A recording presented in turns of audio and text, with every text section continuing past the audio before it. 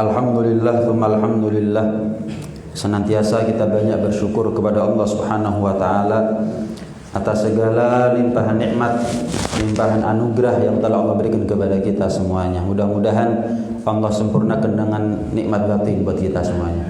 Allah sempurnakan dengan nikmat akhirat, Allah sempurnakan dengan nikmat taufik, nikmat hidayah, sehingga nikmat itu bisa bermanfaat buat kita bukan hanya di dunia tapi juga sampai kelak ada di akhirat insyaallah. Amin ya rabbal alamin. Hadirin hadirat sekalian rahmati oleh Allah. Hari pembahagian Muhammad sallallahu alaihi wasallam adalah hari di mana di malam itu lahir baginda besar Nabi Muhammad sallallahu alaihi wasallam. Sebab kalau tidak ada malam kelahiran Nabi, enggak ada umat Nabi Muhammad. Kalau tidak ada malam kelahiran Nabi, tidak akan ada Rajab yang kita kenal. Tidak akan ada Ramadan dengan segala macam keistimewaannya yang Allah khususkan hanya untuk kita umat Nabi Muhammad. Nggak akan ada Lailatul Qadar kalau bukan karena diawali oleh Lailatul Maulid, malam kelahiran Nabi Muhammad. Tidak akan ada kalau kita ibadah sunnah di bulan Ramadan akan dilipat gandakan menjadi pahala wajib. Kalau kita ibadah wajib di bulan Ramadan dilipat gandakan menjadi 70 kali lipat. Kalau nggak ada malam kelahiran Nabi Muhammad, nggak akan ada malam-malam yang kita kenal. Kalau nggak ada malam Nabi Muhammad, malam kelahiran Nabi Muhammad, nggak akan ada malam nuzulul Quran. Kalau nggak ada lahirnya Nabi Muhammad, mau turun kepada siapa itu Al-Quran. Kalau tidak ada malam kelahiran Nabi Muhammad, tidak akan ada malam nisfu Sya'ban. Tidak ada kan ada malam apa? Termasuk malam Isra dan Mi'raj. Hari yang paling membahagiakan buat kita adalah lahirnya Nabi Muhammad. Dan hari yang paling membahagiakan bagi Rasulullah SAW adalah hari di mana beliau di-mi'rajkan oleh Allah Subhanahu wa taala sehingga beliau dimampukan oleh Allah pada akhirnya untuk berjumpa dengan zatnya Allah Subhanahu wa taala. Sebagaimana Allah berfirman dalam Al-Quran, Subhanalladzi asra bi'abdihi laylan minal masjidil harami ilal masjidil aqsa alladzi barakna haulahu linuriyahu min ayatina innahu huwas sami'ul alim. Nabi itu di-Isra dan Mi'rajkan oleh Allah Subhanahu wa taala bukan atas dasar karepnya Rasulullah, tapi Allah yang punya kehendak. Nabi itu melakukan perjalanan Isra dan Mi'raj bukan dengan mengandalkan kemampuan beliau secara pribadi, tapi beliau dimampukan oleh Allah Subhanahu wa taala, mengekor dengan kemampuannya Allah Subhanahu wa taala. Sebagaimana yang kita tahu bahwa kemampuan, sehingga jangan pernah kita ini mengukur kebenaran peristiwa Isra dan Mi'raj dengan akal. Nggak akan pernah sinkron, nggak akan pernah nyetrum, nggak akan pernah ketemu. Peristiwa Isra dan Mi'raj ini adalah satu perkara yang wajib untuk kita imani. Kalau kita pakai akal, akhirnya seperti Abu Jahal, Abu Lahab. Selesai Rasulullah daripada Mi'rajnya, kemudian Rasulullah termenung di pagi hari saat itu. Kemudian ketemu sama Abu Jahal, Abu Lahab. Tanya, Muhammad, kok kelihatan termenung, kamu kenapa? Ceritalah Rasulullah peristiwa Isra dan Mi'raj. Ketika peristiwa Isra dan Mi'raj ini disampaikan oleh Rasulullah, diceritakan mulai awal sampai akhir, maka Abu Jahal dan Abu Lahab menerima itu dengan otak, menerima itu dengan logika, dengan akal yang sangat-sangat terbatas. Bahkan Abu Jahal bapaknya bodoh artinya. Wah, mereka Abu Jahal, Abu Lahab menganggap ini cerita khayal ini namanya, dongeng ini ceritanya. Nggak mungkin begini, nggak mungkin begitu, mustahil begini, mustahil begitu. Sebentar Muhammad, rasa-rasanya kalau kamu cerita kepada kami berdua ini kok ya eman, dijebak maksudnya Rasulullah. Saya panggilkan sahabat-sahabat kamu ya. Ini kan kabar penting ini, kejadian istimewa. Sebentar, saya panggilkan semuanya. Dipanggilkan semuanya. Ada sebagian di antara sahabat yang beriman. Ada sebagian sahabat yang menerima itu sebagaimana Abu Jahal, Abu Lahab menerima dengan akalnya. Murtad waliyadzubillah. mulai nggak percaya, wah mulai ngelantur nih Muhammad nih. Bicara tentang hal ihwalnya langit ini. Nabi Adam ketemu, Nabi Idris ketemu, Nabi Musa ketemu, bolak-balik ketemu Allah. Wah, wes nggak percaya. Dilihat oleh Abu Jahal Abu Lahab, wah kok nggak ada Abu Bakar nih ya? Ini pentolannya sahabat ini. Kalau sampai Abu Bakar murtad semuanya ini. Dicari Abu Jahal Abu Lahab. Sayyidina Abu Bakar dicari sama Abu Jahal Abu Lahab. Diceritakan sama Abu Jahal Abu Lahab. Kamu nggak tahu kabar Abu Bakar? Kisah daripada apa yang dialami oleh sahabat Muhammad. Apa itu? Diceritakan. Maka kata Sayyidina Abu Bakar, simpel, sederhana. Karena beliau pakai iman, pakai hati, nggak pakai akal. Kalau memang betul ucapan kamu wahai Abu Jahal Abu Lahab, bahkan cerita yang lebih hebat asal dibawa oleh kekasihku Muhammad, aku percaya. Kabar langit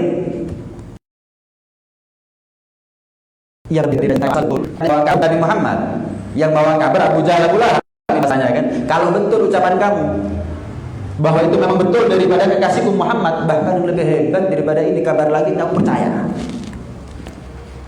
Sampai beliau mendapati gelar As-Siddiq, orang yang betul-betul 100% dalam keimanan, kepercayaan dan keyakinan kepada Rasulullah SAW. Yang lain ini maju mundur, awang-awangan, bahkan banyak yang memalingkan badan daripada Rasulullah alias murtad waliyadzubillah.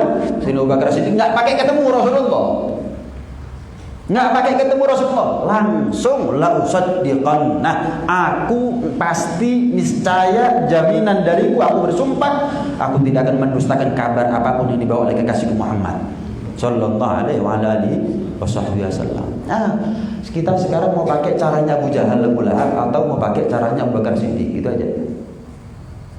Kalau kita mau pakai caranya Sayyidina Abu Bakar Siddiq, pakai hati, jangan pakai apa, jangan pakai akal. Terlalu banyak hal-hal di dalam Islam ini yang nggak nalar, yang nggak, bukan karena apa, tapi memang otak kita yang terbatas, akal kita yang nggak mampu untuk menjangkau. Nanti di akhirat akan dibuka semuanya tuh hikmahnya. Terlalu banyak, akhirnya apa-apa pakai akal, apa-apa pakai otak. Kata Sayyidina Ali bin Abi Thalib, kalau seandainya agama ini dibangun di atas fondasi akal, logika, seharusnya orang itu ketika diperbolehkan ketika wudhu mengusap sepatunya, yang diusap seharusnya bagian bawah. Syaratnya harusnya bagian bawah, harusnya bagian bawah. Tapi kenyataannya gimana? Bagian atas. Loh, yang kotor yang mana? Kok yang dibersihkan bagian atas? Sayyidina Ali bin Abi Thalib itu mengatakan, ini tanda kalau agama Islam tidak dibangun di atas fondasi akal, logika, nalar. Enggak butuh alasan logis dulu baru kita iman, enggak butuh itu. Iman dulu, ketemu pandangan logisnya ataukah tidak, urusan belakangan. Termasuk peristiwa Isra dan Mi'raj, bukan satu tragedi, satu peristiwa yang bisa kita bayangkan dengan akal, nggak bakal nutut akalnya kita. Sehingga kadang-kadang ada sebagian di antara kita yang betul-betul tidak percaya dengan Isra dan Mi'raj. Padahal Allah berfirman dalam Al-Quran. Ya, kalau orang non muslim nggak percaya sama Isra dan Mi'raj, wajar. Ini muslim, ngakunya muslim, tapi nggak percaya sama Isra dan Mi'raj. Kenapa? Nggak masuk akal. Lu kok bisa lebih cepat dari kecepatan cahaya? Nggak mungkin. Nggak mungkin. Allah mengatakan, makanya Allah itu dalam memulai ayatnya dengan bacaan Subhana, kalimat yang mensucikan dan mengagungkan kebesaran Allah, kehebatan Allah, kemampuan Allah, kekuasaan Allah. Maha suci Engkau ya Allah, yang telah memperjalankan kekasihmu Muhammad. Bukan Nabi Muhammad berjalan sesuai dengan kehendaknya, tapi Allah yang memampukan beliau. Kalau sudah Allah yang membuat mampu Nabi Muhammad SAW, adakah batas atas kemampuan Allah Subhanahu wa Ta'ala? Tidak ada. Walaupun kalau sebagai perbandingan, ya ketemu sih. Contoh, kan Nabi Muhammad itu buntut sama kemampuannya Allah yang tiada batas, mengekor dengan kemampuan Allah yang tidak ada batas.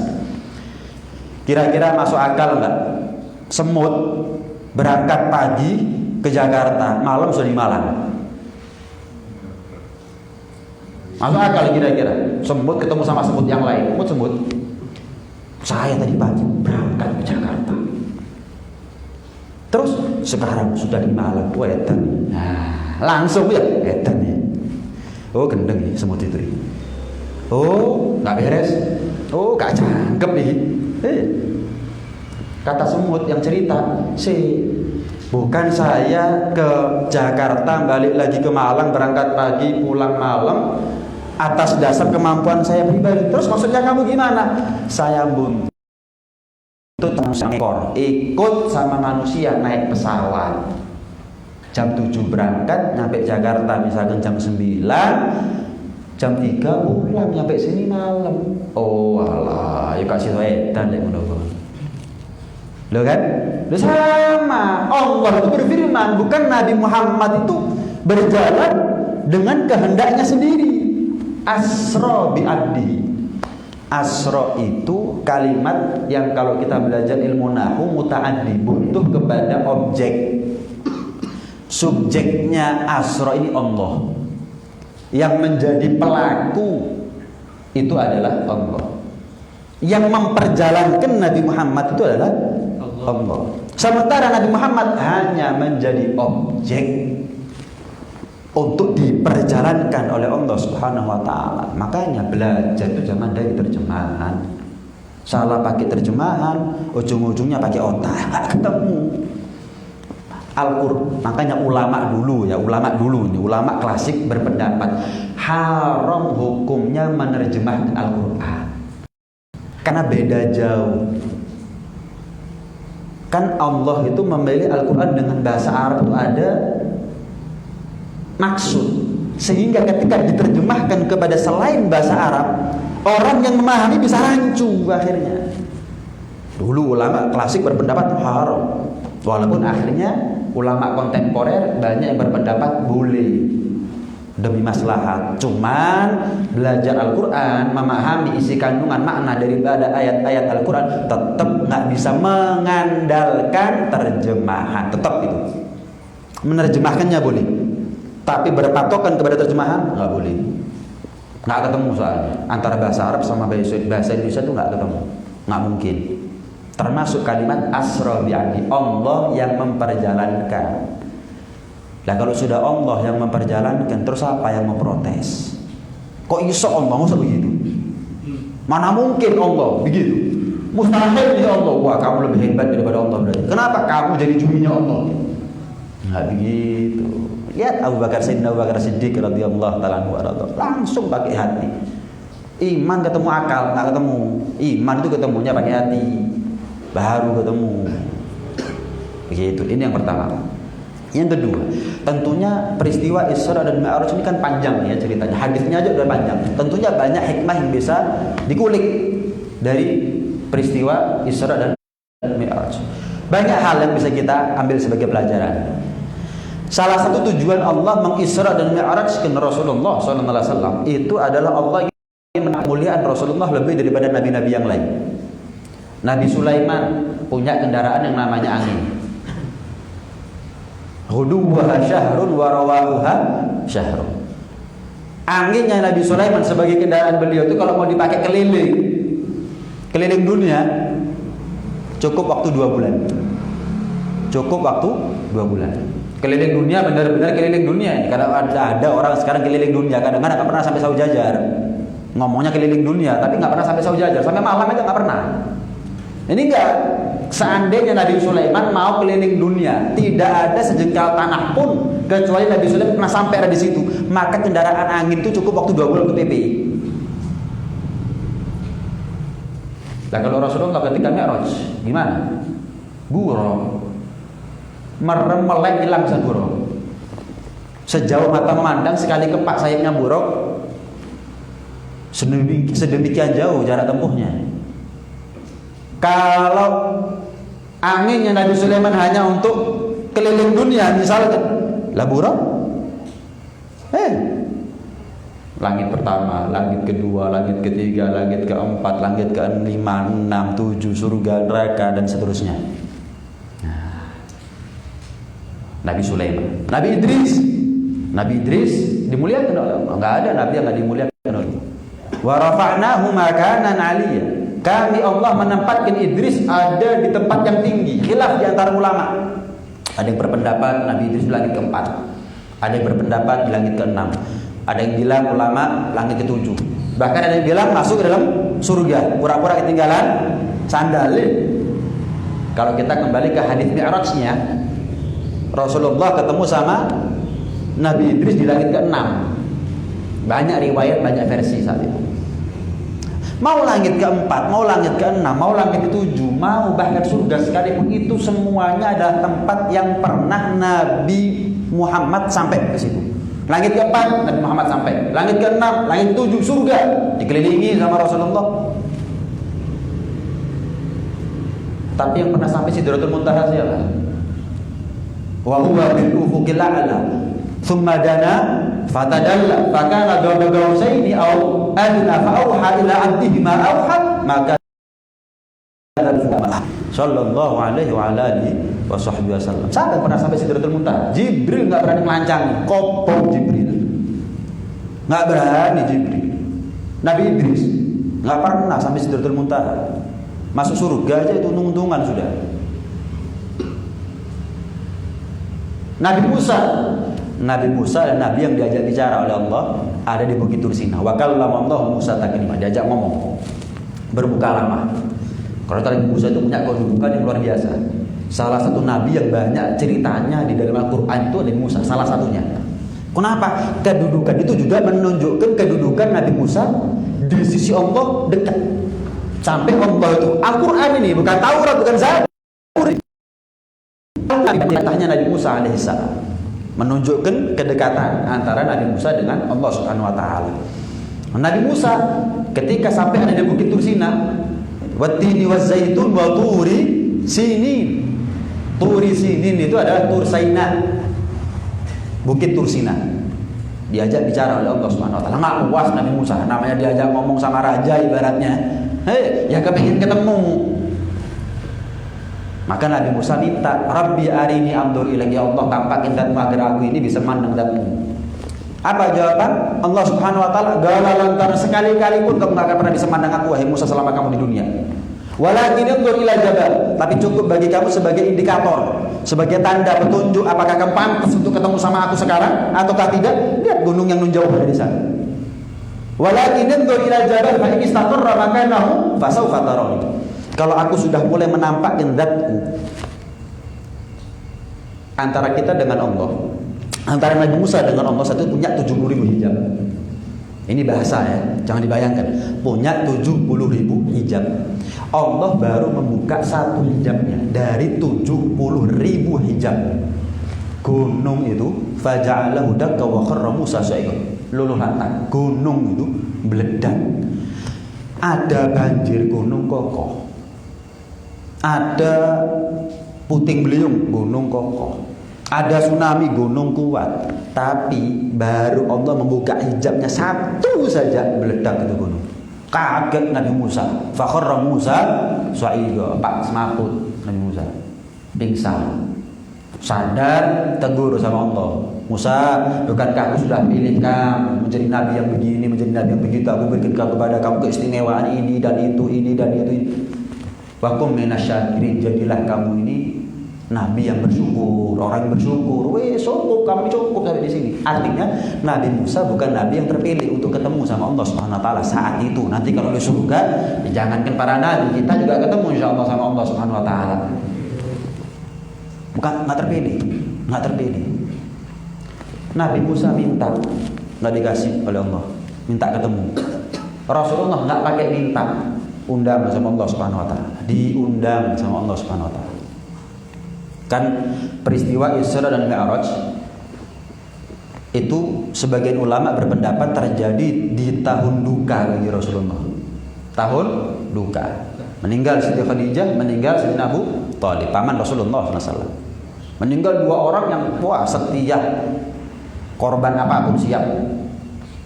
Siti Khadijah dan Abu Thalib. Meninggal, ya terpukul Rasulullah manusiawi. Sedih Rasulullah SAW. Sedih. Allah perintah Jibril panggil Buraq. Buraq ini kendaraan surgawi sebetulnya. Masuk kamu ke dalam surga, wahai Jibril, pilih satu buraq. Panjang ceritanya itu. Panggil satu buraq, pilih untuk menjadi kendaraannya Muhammad. Wah, penduduk langit itu heboh saat itu. Mereka tuh kepingin merasakan kemuliaannya penduduk bumi. Gimana mereka punya Nabi Muhammad, langit nggak punya Nabi Muhammad. Wah, dengar Nabi Muhammad mau Isra Mi'raj, waduh. Ibarat buraq kutu kuda, jingkrak-jingkrak.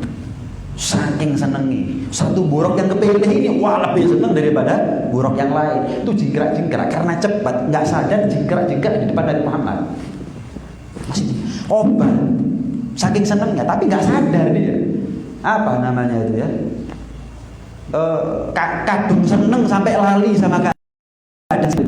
Kalau bahasa ini istighraq. Istighraq itu tenggelam dalam lautan bahagia sampai lupa sama, hanyut dalam kebahagiaannya. Jingkrak-jingkrak sampai nggak sadar kalau burung di depan Nabi Muhammad. Sehingga Nabi Muhammad naik ini repot.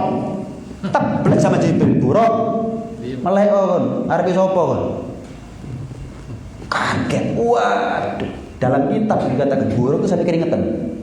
Bukan bahasanya saya. Buruk itu sampai keringetan karena nahan malu.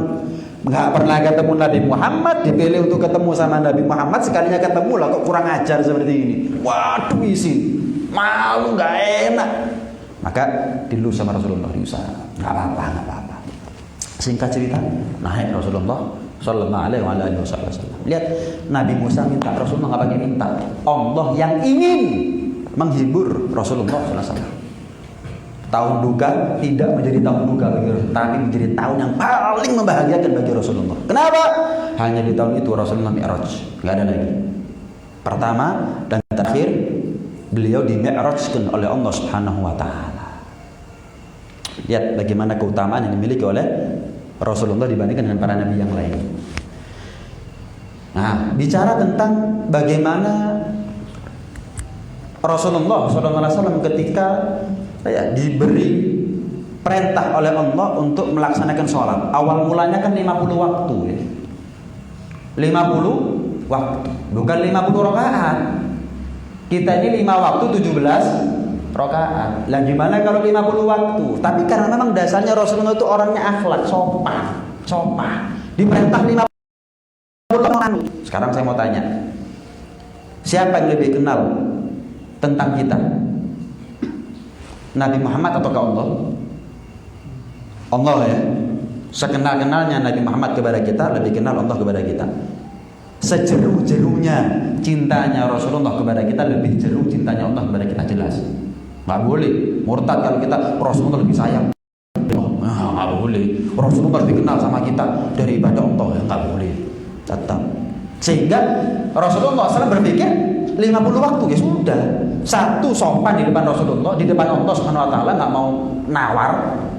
Yang kedua, pikiran Rasulullah ya memang Allah lebih tahu lah Allah yang menciptakan. Turun, dicegat sama Nabi Musa. Dalam riwayat Rasulullah itu ketemu sama Nabi Musa 2 kali. Di langit keberapa sama di langit ke-6. Mau turun, dicegat. Wah, Nabi Musa ini kalau kembali ke cerita awal, kan Nabi yang betul-betul ngebet kepingin ketemu sama Allah. Semua Nabi pasti kepingin ketemu sama Allah. Cuman gak ada yang paling ngebet kecuali Nabi Musa. Jaluk itu menang. Kalau Nabi Ibrahim itu hanya ingin menampakkan, Nabi Ibrahim hanya kepingin tahu bagaimana kehebatan Allah dengan menciptakan yang hidup dari yang mati menjadi hidup, burung tadi itu. Kalau Nabi Musa kepingin ketemu langsung sama Allah SWT. Memang Bani Israel, Nabi Musa dari Bani Israel itu kepingin ketemu sama Allah. Kepingin ketemu sama Allah. Nabi Musa juga kepingin ketemu sama Allah Subhanahu wa taala. Paling ngebet, semua nabi kepingin, cuma Nabi Musa paling ngebet, dicegah. Lah Nabi Muhammad baru ketemu sama Allah. Bekas nur. Ya, saya bilang nur ini jangan disamakan dengan nurnya lampu seperti ini ya. Jadi pokoknya nur, gitu aja sudah. Sama seperti anak bayi kalau ngerti rasanya manis gimana? Gula itu manis, bingung nggak bayi. Oh pergi, nggak tahu. Dia nggak bakal tahu apa artinya manis kalau merasakan. Gak bisa dibayangkan. Nur, jangan dibayangkan seperti ini. Manisnya tebu sama manisnya mangga beda. Manisnya mangga sama manisnya jeruk beda. Jeruk sama permen beda. Ya, nggak bisa disamakan.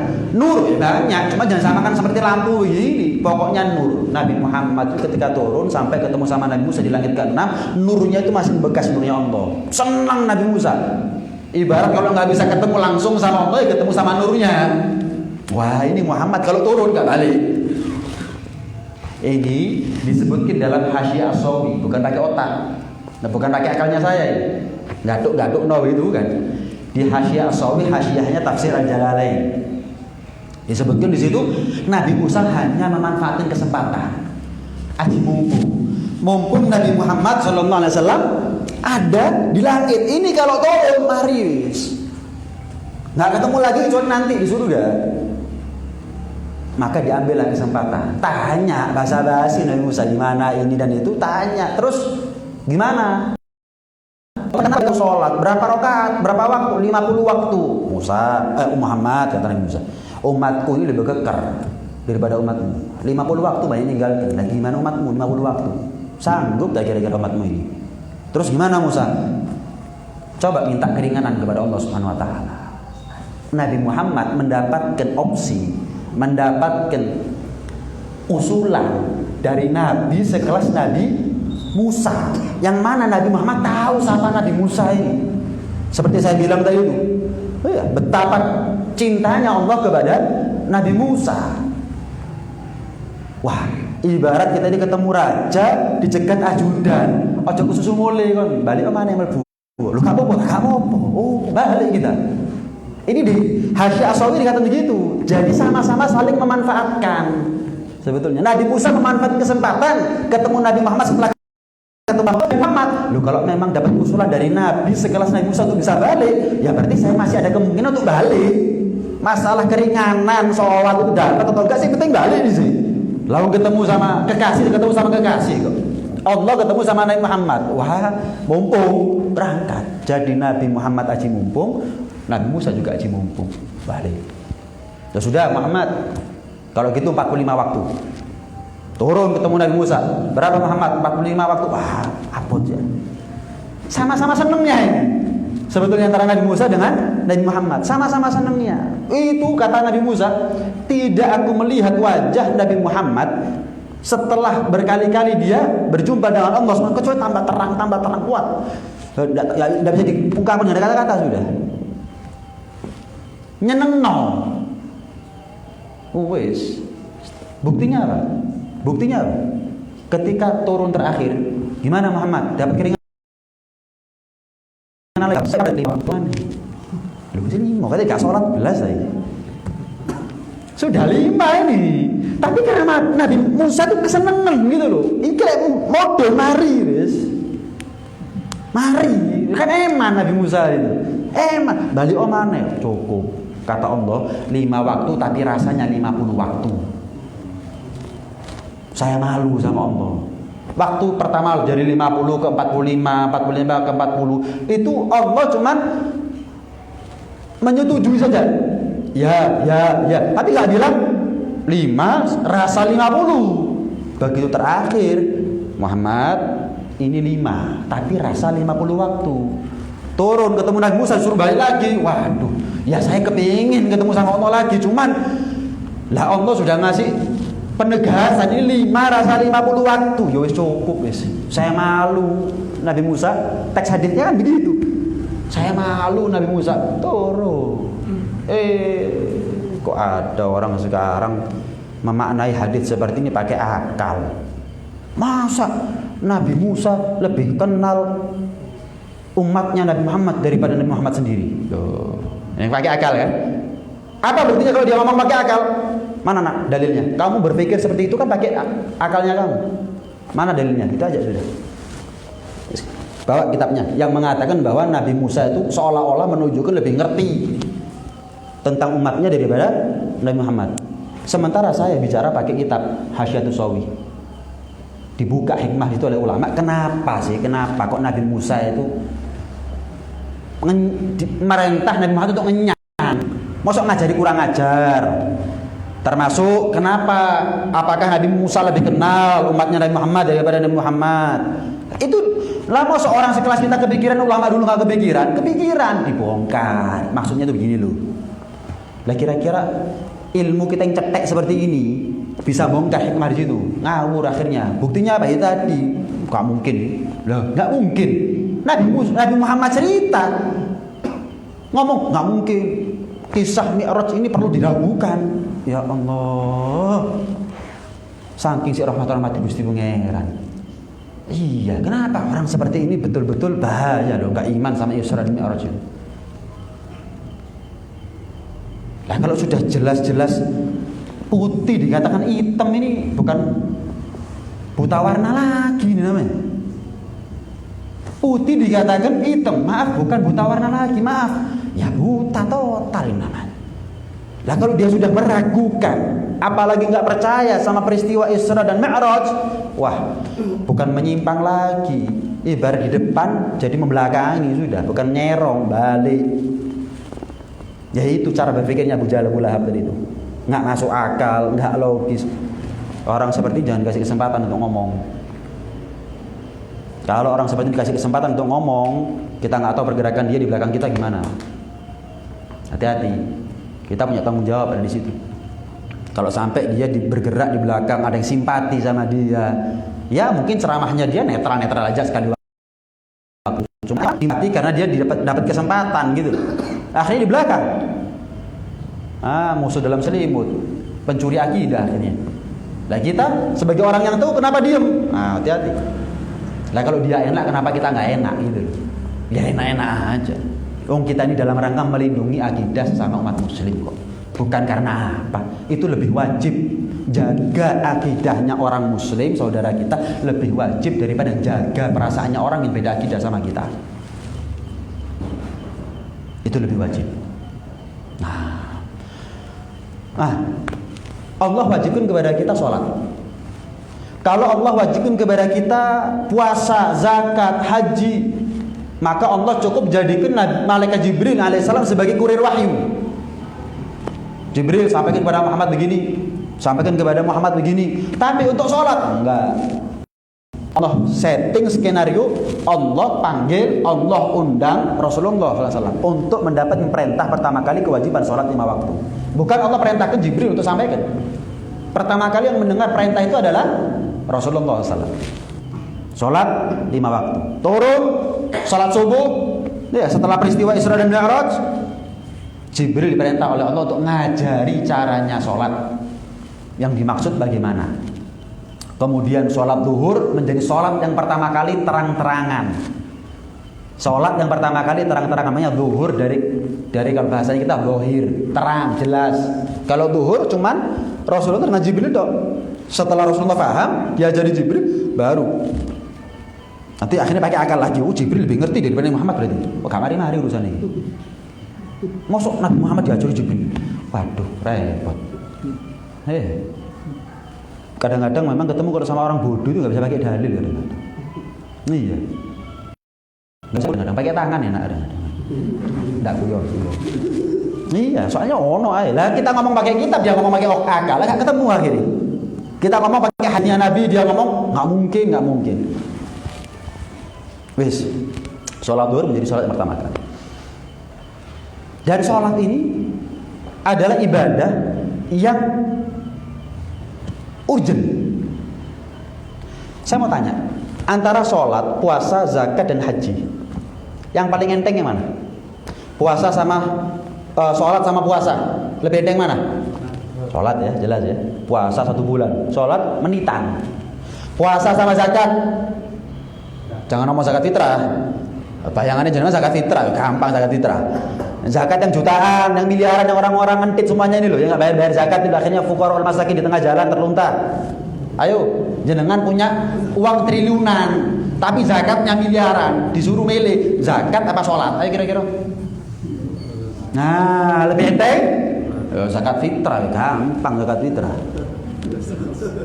Zakat kan banyak zakat fitrah, zakat tijarah ada, zakat tambang ada, batu bara. Iya. Kalau batu bara nggak wajib zakat, cuman kalau diperdagangkan wajib zakat. Yang punya emas, macam-macam dah. Punya harta triliunan, wajib zakatnya miliaran. Pikir masih orang 0,5%. Padahal masih ada 97. Nah, puasa sama sholat, enteng sholat. zakat sama sholat, enteng sholat, gratis sholat. Sholat sama haji, enteng mana?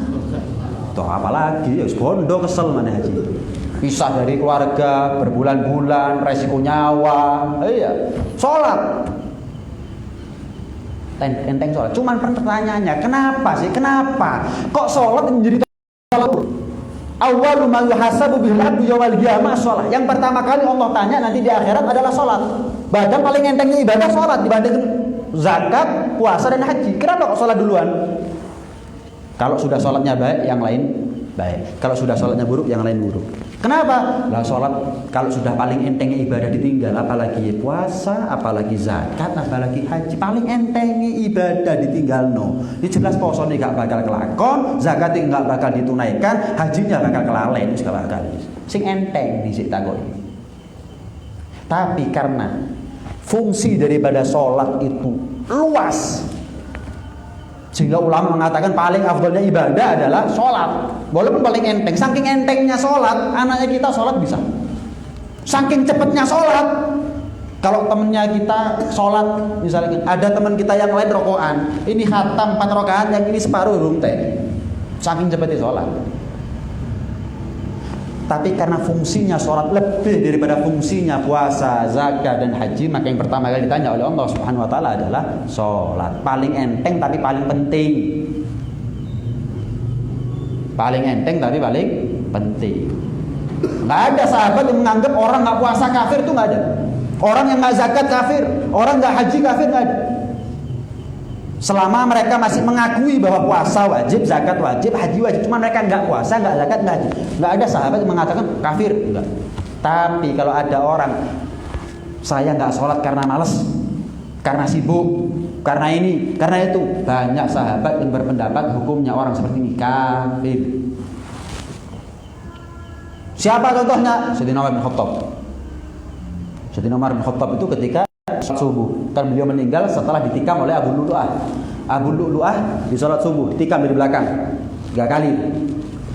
Banyak orang kendara, maka digantikan oleh sahabat yang lain sebagai imam. Dibopong Sayyidina Umar. Begitu sadar, pertama kali yang beliau tanya adalah, masih ada waktu sholat subuh nggak? Ada, wahai Umar, tegakkan punggung saya. Ini darah melucur ini. Iya, nggak ada rumah sakit, nggak ada dokter saat itu. Darah melucur, tegakkan punggung saya mau sholat. Sholat terakhir meninggal. Kenapa? La hadda fil Islam man tarakas sholat. Nggak ada bagian daripada Islam orang yang meninggalkan sholat. Karena itu kadang-kadang heran saya ini sama orang yang gara-gara karnavalan nggak sholat.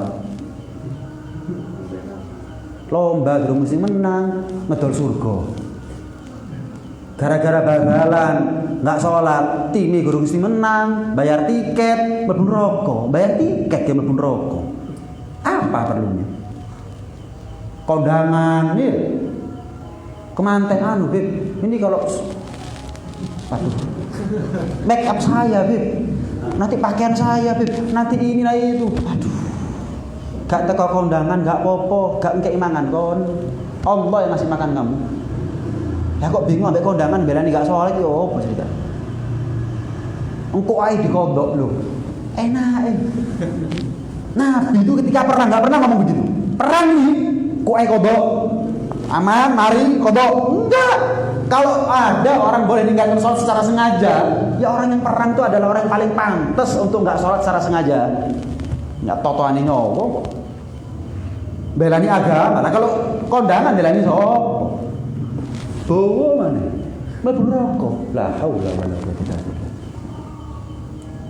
Saking entenge, saking gampange, saking cepete, gak kelakon. Sayyidina Umar bin Khattab, Abu Darda, Abu Hurairah, Abdurrahman bin Auf, Siti Aisyah itu berpendapat mereka semuanya orang yang meninggalkan sholat kafir. Untungnya masih ada khilaf. Kalau Al-Imam Ahmad bin Hanbal berpendapat sama kafir. Orang yang meninggalkan sholat kafir. Malas kafir. Ahmad bin Hanbal. Untungnya kita mazhabnya Syafi'i, nggak sampai kafir. Untung. Coba kita dikadung mazhabnya Hambali, waduh nggak ada pengajian kita. Nauzubillah min dzalik. Untung sih ada khilaf gitu. Kalau Imam Ahmad bin Hanbal berpendapat begini, kalau ada suatu di antara mereka berdua ada yang nggak sholat, rusak nikahnya. Kalau sudah rusak nikahnya, ada hubungan badan zina. Kalau sampai punya anak, hamil istrinya, lahir anak zina berarti. Dalam mazhab Ahmad bin Hanbal. Karena itu dalam mazhab Syafi'i walaupun nggak dihukumi kafir, cuman orang yang ninggalkan sholat itu nggak dihormati dalam Islam. Orang yang ninggalkan sholat nggak dihormati. Gambarannya begini, saya dalam perjalanan jauh, perbekalan menipis, perbekalan air tinggal dikit. Ustaz, yang mana yang lebih saya utamakan? Anjing saya yang jinak sama teman saya yang nggak sholat. Anjing kamu jinak lebih diutamakan daripada temannya kamu yang nggak sholat. Kayak no banyuni nang anjing tadi itu. Loh, teman saya nanti mati kehausan, urusannya dia sama Allah. Bayangkan, kalau ada anjing apa namanya ini liar sederajat dalam mazhab Syafi'i. Anjing liar sama orang nggak sholat bodoh. Jadi kalau ada awas ada anjing galak, sama ya. Bayangkan, hah? Segenting itu ya. Pernah Nabi Musa kan sholat ini kewajiban bukan hanya untuk umat Nabi Muhammad ya. Untuk umat terdahulu juga wajib sholat, cuman beda caranya, beda waktunya macam-macam. Cuma terkumpul semuanya ada di syariat Nabi Muhammad. Di zaman Nabi Musa ada seorang perempuan datang kepada Nabi Musa.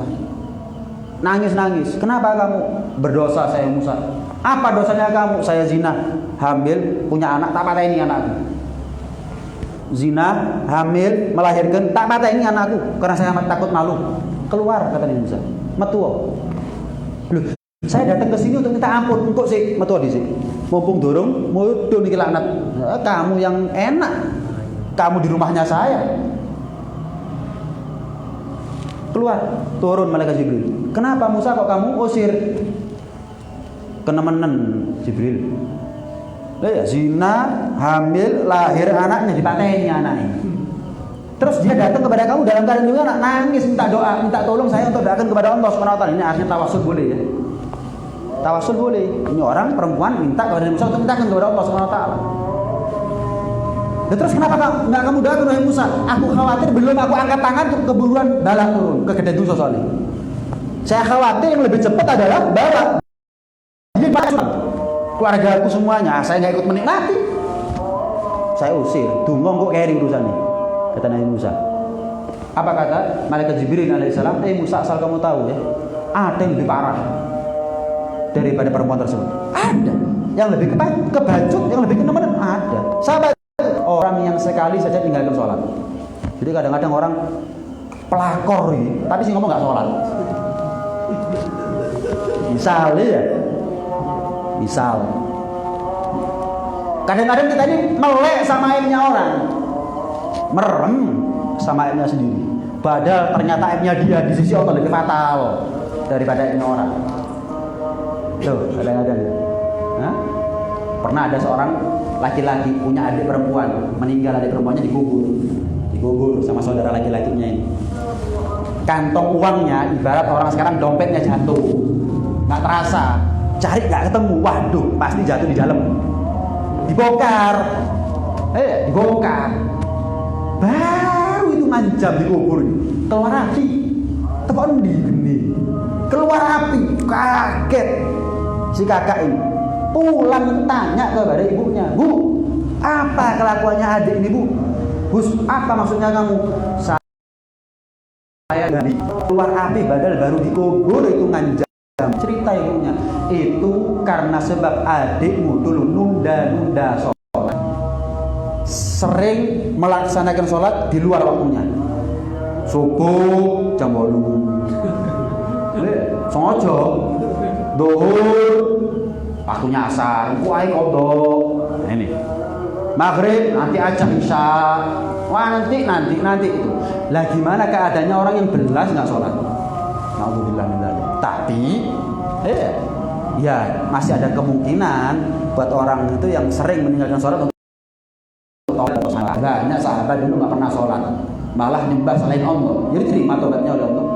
apalagi orang yang masih beriman, takut kepada Allah, iman kepada Rasulullah, terus tobat, ya lebih punya potensi untuk diterima tobatnya Allah. Cuma saya sampaikan ini bukan untuk wah radikal itu strategi kafir loh. Saya nyampaikan khilaf itu nggak bisa ditutup. Tujuannya apa? Ketika kita datang rasa males, datang rasa ngantuk, datang kesibukan, rasanya engkau asik sholat 15 tahun aku sholat tepat waktu, bisa aja. Kita mikir hati lo, sahabat-sahabat top bilang kafir lo. Nah, cois Sayyidina Umar ngomong kafir ini. Wah, jadi alarm aja saya sampaikan ini bukan untuk ya betul-betul ini ya sini. Memang niatnya untuk betul-betul ini. Nah, ya apa? Orang sekarang di betul-betul ini kawin dia kadang-kadang. Ya situ tujuannya. Biar ketika kita malas sibuk, wah kafir lo. Ya, walaupun kita ikut mazhab Syafi'i ya cuman ya Sayyidina Umar, Abdurrahman bin Auf yang ngomong kafir, Siti Aisyah yang ngomong kafir. Siapa Imam Syafi'i dibanding mereka para sahabat? Nah, cuman Imam Syafi'i juga nggak bisa dipandang sebelah mata pendapatnya. Awal hasil panjang pembahasan masalah sholat. Insya Allah di lain kesempatan akan kita bahas lebih panjang lagi. Dan mudah-mudahan kita dikasih panjang umur, sehat walafiat. Mudah-mudahan keluarga kita semuanya ditetapkan imannya oleh Allah Subhanahu Wa Taala, ditetapkan akidahnya oleh Allah Subhanahu Wa Taala, dijadikan mereka semuanya dan kita semuanya orang-orang yang senantiasa melaksanakan sholat tepat pada waktunya, orang yang bisa menjaga adab khusyuk di dalam sholat, orang yang bisa senantiasa melaksanakan sholat berjamaah, sehingga dengan itu semuanya kita layak, pantas, berhak untuk masuk dalam surganya Allah Subhanahu wa taala bersama baginda besar Nabi Muhammad sallallahu alaihi wa alihi wasallam. Amin Allahumma amin amin ya rabbal alamin.